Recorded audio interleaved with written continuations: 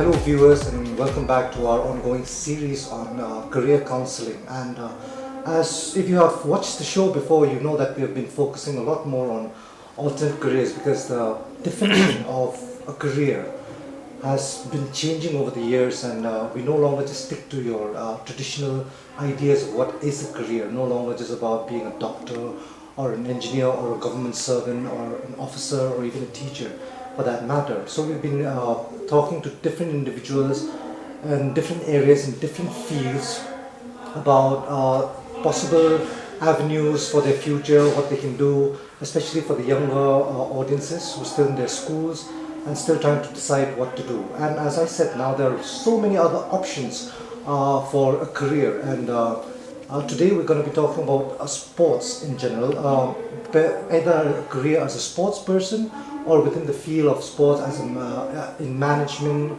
or there are many fields. And we're going to be talking to a person today who will probably be able to tell us a lot about this. He's Arki Nongrum, we have here. He's the current CEO of the Meghalaya Football Association. He also the co-founder of the Touchline Northeast. And anything else that I'm missing out? Yeah, and the proprietor and founder of Infinite Solutions. Yes, so all those things together here. So we're going to be talking to him, and I'm going to be asking him a lot of questions that will hopefully be able to help you or guide you in maybe if you want to get into this field, so that you'll be able to have an idea about how to go about it. But first of all, let's just talk about Arki, and let's ask him how. Where he did his schooling, how he grew up, so that we get a better idea of how he started all of this. So Arki, welcome to the show. Hi. And yeah, can you just tell us a little bit about yourself, where you were born, where you did your schooling and all of that? Okay, hi. So I was born and brought up in Shillong. I mean, I was born in Shillong, but bringing up was a totally different scene altogether. I started the moment I started a nursery in a school very close by to my place, and in class 2 I was dumped into a boarding school by my parents. So from class 2 onwards till I've graduated, I've never was at home. I was always outside. So I guess boarding life instilled that sportsmanship, that competitive thing in me, and being different from the mainstream thing of following jobs. So I was studying I was in boarding in 7th set till class 4. Then class 4, there was an interview to go to the school called Dr. Graham's Homes. It's in Kalimpong, Darjeeling. Yeah. So I went for the interview. It was in Shillong Club. Upon which I cleared the interview, and I was in class 5 onwards. I was in Dr. Graham's Homes from class 5 till class 10. Then I did my ICSE from Dr. Graham's Homes, upon which the moment I cleared that, I went and did my 11-12 from Symbiosis Junior College in Pune.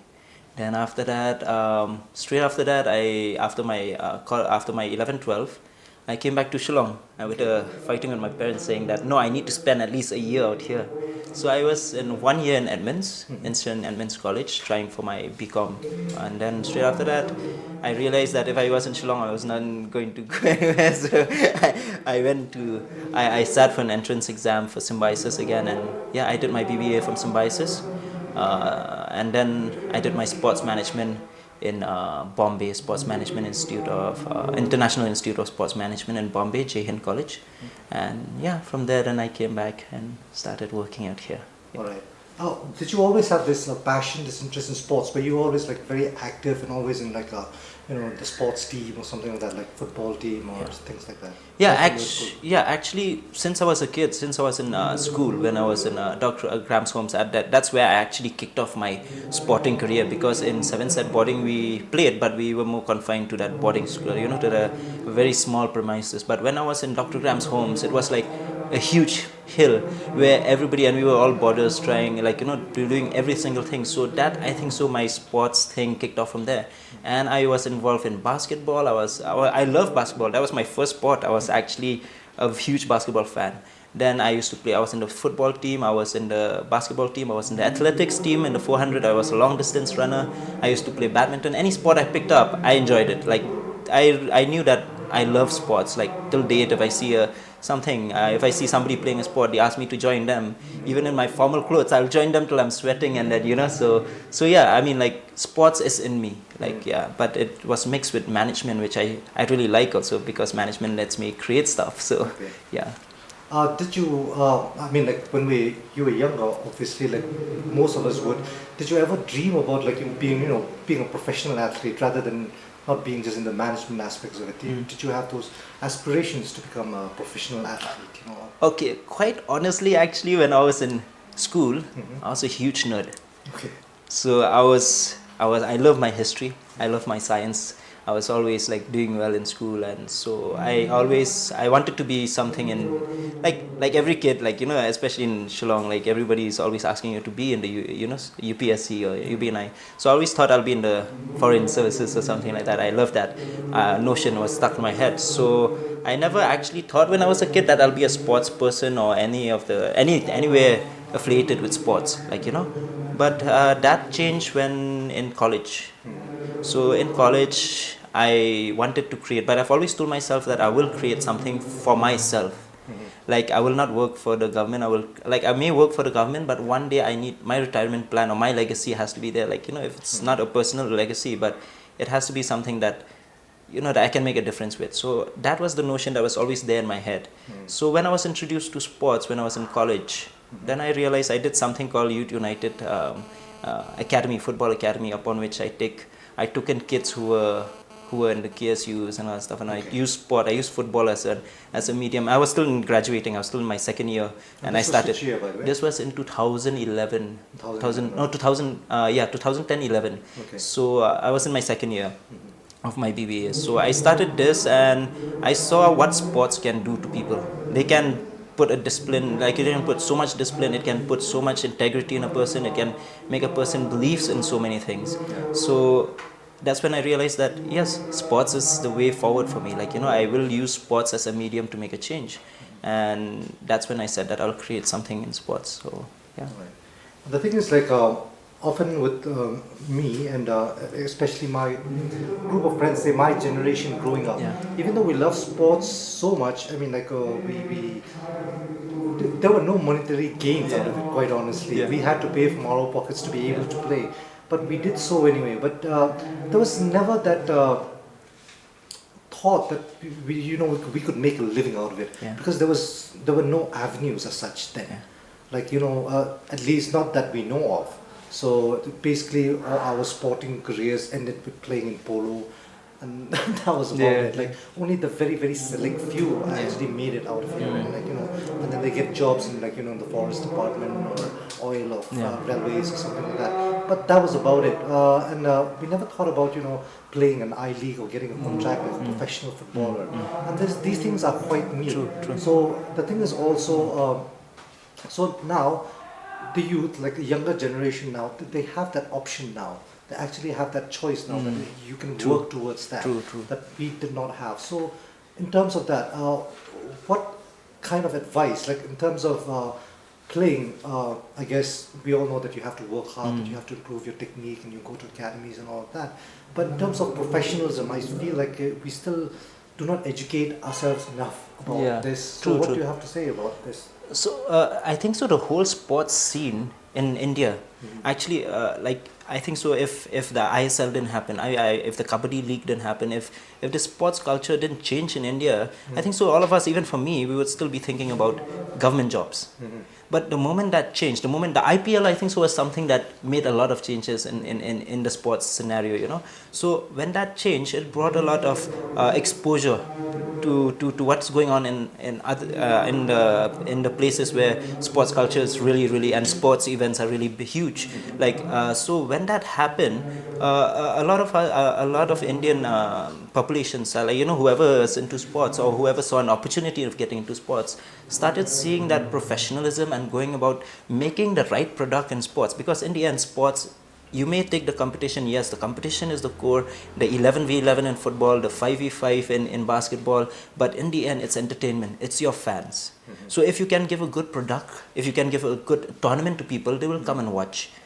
Then there'll be something, then if the people come and watch, then somebody will actually be willing to invest in your product, in your team, in even if it's a tournament, in those things. So I would say my advice is, I mean, like I've seen a lot of people like try and get into sports, but then they fail. So if you look at it, there are a few things that like the technical aspects. If you really want to be in the technical aspects, such as a coach or a physio or a sports analyst or things like that, make sure you're doing it right. Don't just I mean, like, don't just think that, oh yeah, I'm a really good coach, then I start coaching. Go through the right process, get your coaching licenses done, get all these things done, and just the moment you get your coaching license doesn't mean like you're already like you can, like if you're a teacher, which it's one of your profession, I know. So even when you're a teacher, through experience you are able to teach better. It's not just because you're a qualified teacher makes you a good teacher. It's your experience. So I believe that go out there. If you're a coach, go out there, try and learn as much as you can. Keep learning each and every day. You just keep on learning. But even on the management aspects of things, even if you have to create a tournament or maybe create something around sports, a training facility, anything. Again, for that, do your research. Understand how is it supposed to go. Understand the goal that you're trying to achieve. Don't just do it just for the sake of doing it. Understand the goal that you want to achieve. What is the 10-year plan, or what is the 5-year plan that you're willing to put, what is the efforts you're willing to put to it. And I think so professionalism just automatically comes out. The moment you're connected, like you're emotionally and connected to a project, I believe professionalism just comes out automatically. It's kind of like doing a job which you don't like, so you'll never show, even no matter how qualified you get, no matter how good you are doing something, if you don't love the job, you'll never show the professionalism, or you'll start hating them, like you'll never show the quality that you have. But the moment you're so connected to something, you'll immediately want to see quality in everything that you do. So I believe once you put your heart into it and you already have a vision and a mission around it, professionalism will just come. So that's my biggest advice. Make sure you know what you want to do before you get into sports management. That you don't do it just because it's a trend or a fad, because it takes a lot of hard work, because it's a growing market, it's not settled yet, so you will slog a lot. So that's why. And also the fact that I think here we're starting to slowly understand that when we say like a sports culture, when you go to sports management, people always think only on, say, the coaching or the playing side of it. Yeah. But there's so many other technical aspects that go into it that will require experts to do it. And normally, most times, we do not have those people here yet. Because we do not know that such a thing exists. Like, like, for example, simple thing like a nutritionist for a sports team, for a player. We don't have those things. Can you tell us a little bit about the different avenues that is probably possible for these things, besides the playing and the coaching, that we are so commonly used to when we say sports team, So one of the things, I mean, like everybody knows coaching, the technical things, and the management and all that stuff, right? But exactly, spot on. I think so. Why? I mean, India right now, if you look at our football team also, we're doing really well. Even the clubs. An avenue nutrition is one of them. Sports psychology, I believe, needs to build up in India. Sports psychology is huge outside. It's massive, because what the sports play, I mean, like now there's so much pressure on athletes, so much pressure to win, so much pressure to perform for the club, so much pressure to perform for the, so many other things. So sports psychology is huge. Such sports psychology needs to develop in our country, not in our state, but even in our country and in our region for as such, because these people, our people, the northeastern people, have been gifted by these things. So we have an easy access of getting to the ISL, or let's just say, your ISL, and the pressure what they're receiving out there, it's tremendous. So to keep on performing year in and year out, it requires more than just physical and technical. It requires psychological. Yes, exactly. So I believe that's sports psychology is one, sports nutrition is another thing. Then analysis. Your performance analysis is something really, really big. I really wish that more people will look into it, because if you look, no matter how much a coach trains a team, he wants statistical feedback. He wants the analytics, and that would only make his team better.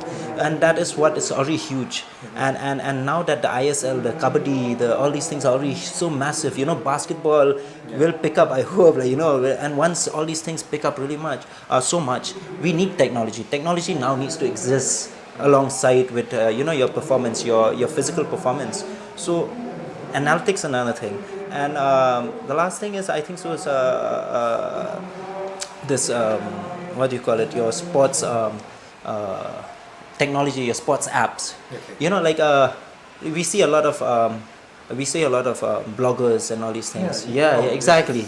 But we don't have a proper phone app for regional. Like right now, I'm trying to launch the Touchline app. We're going to be launching the Touchline app very soon. So, like I want, like for me, I want regional news sometimes. Apps are something really huge. Which you can integrate again.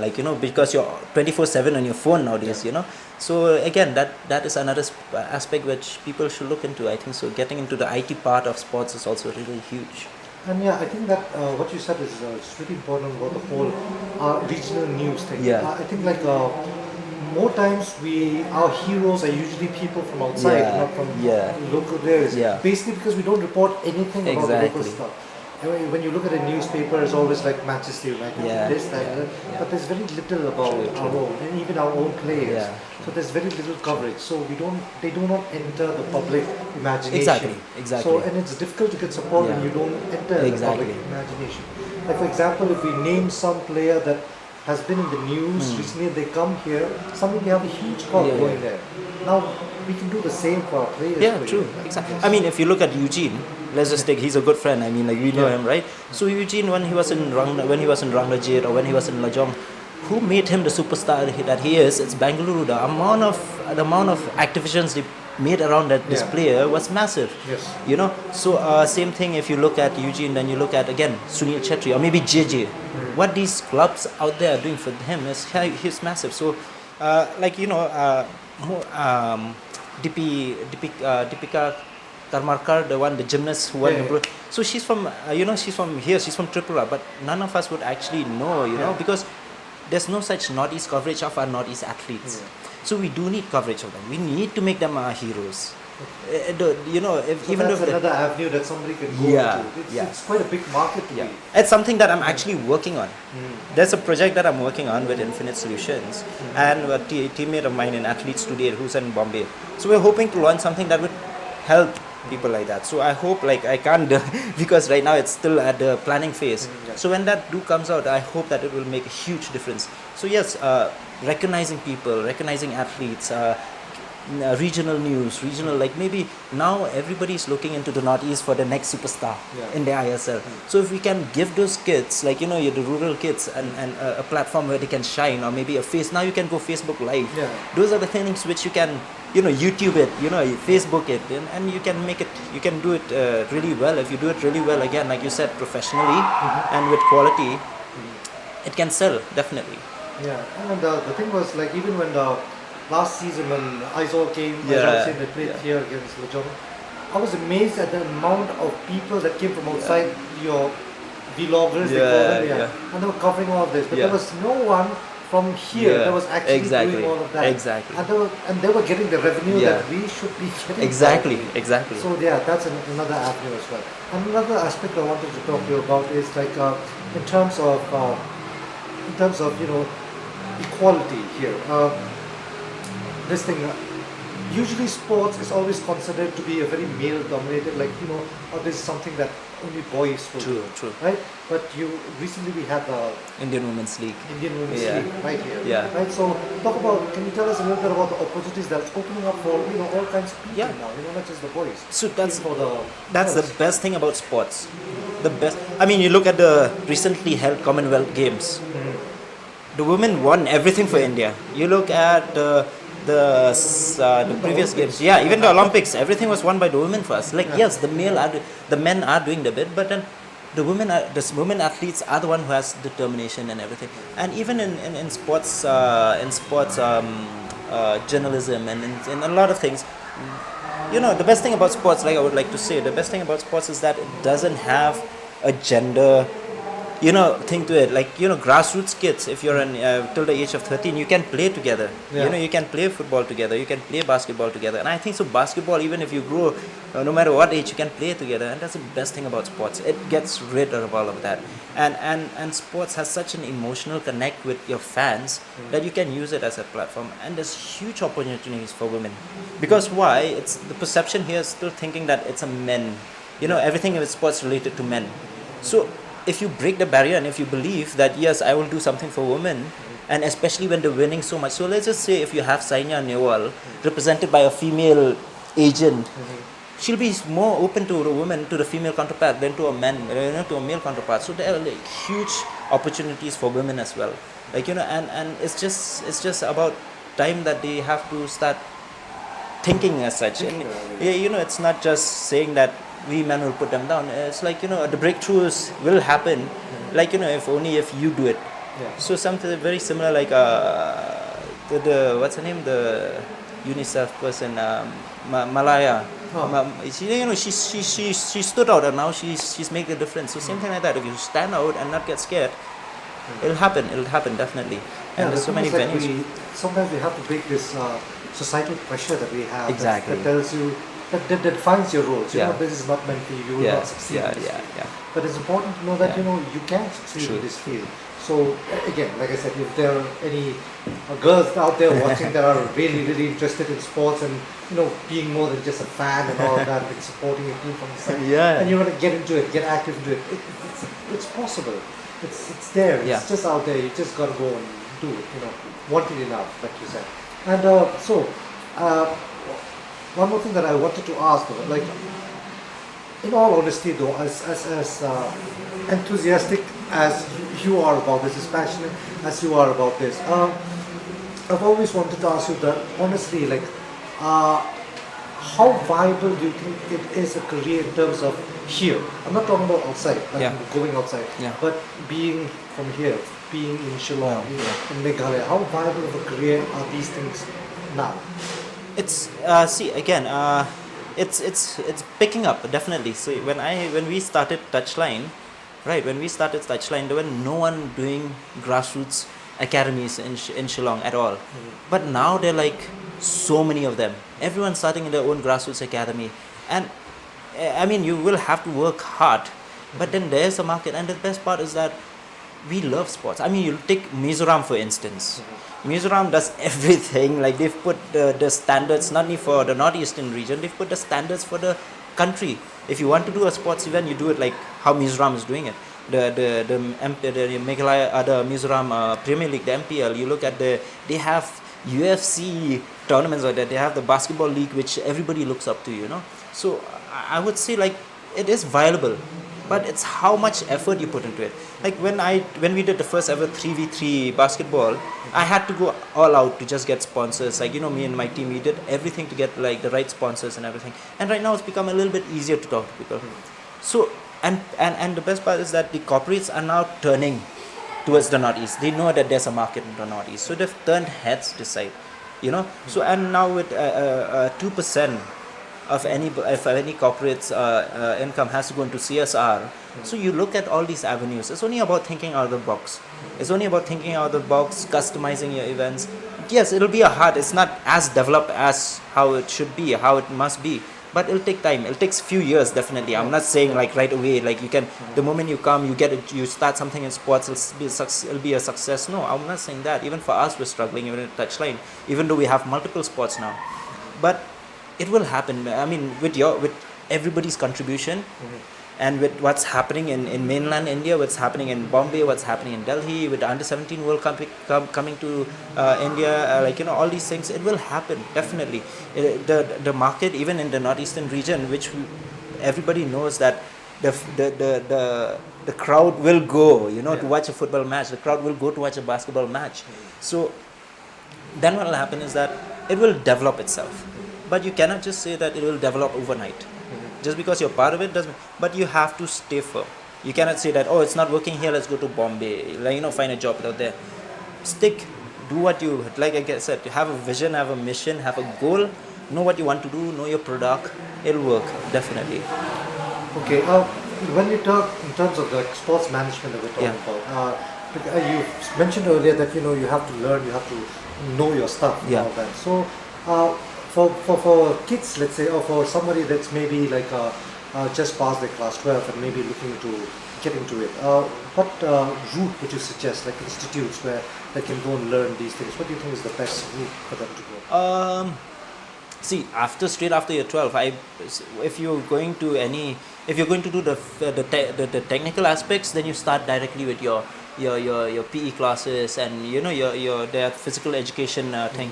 But that if you're going to the technical aspects of it. If you're going to a coaching, you start with the coaching. You start with your coaching licenses, because now everywhere, any sport you want to do, you have to go through different licenses. So if you're going to the technical aspects, that's the way. But if you're going to management side of sports, if you're going to the events management, if you're going to a sports management side of sports, what you would do is get into do straight after your 11 12. Don't go directly to sports management. This is true personal experience. Do a bit of management course. I did BBA for 3 years. I did it in SMB. They taught me so much, because sports management is still developing, so it'll still use a lot of the core management philosophies to develop. Then you go and maybe you get a master's in sports management, but get your basic management principles right. Even if it's commerce background, also you can just get your MCom or BCom or something like that also. But then you have some commercial aspects of it. You understand it, because you have to monetize whatever you're doing. Yes. So that's the best thing. You have to understand that part of it. Okay, thank you so much again. No, This has thank been you, sir. quite nice. I really, really hope you've enjoyed what we've talked about, and we've covered quite a lot of things today. And it is important, like what we've learned today is like it is important to know exactly what you want, what you're passionate about, and the fact that success does not come overnight, but the fact that it will come. It will come with dedication. It will come with hard work, and also to not give up on what you want and what you love. And the fact that there are always avenues for it, there are ways for it. It's just a matter of you going out there and being brave enough to do it.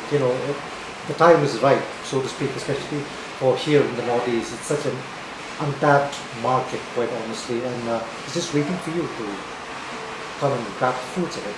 Yeah. So thank you all, and we hope to see you again soon. Thank you. Thank you. Thank you so Thank much. you. Thank you.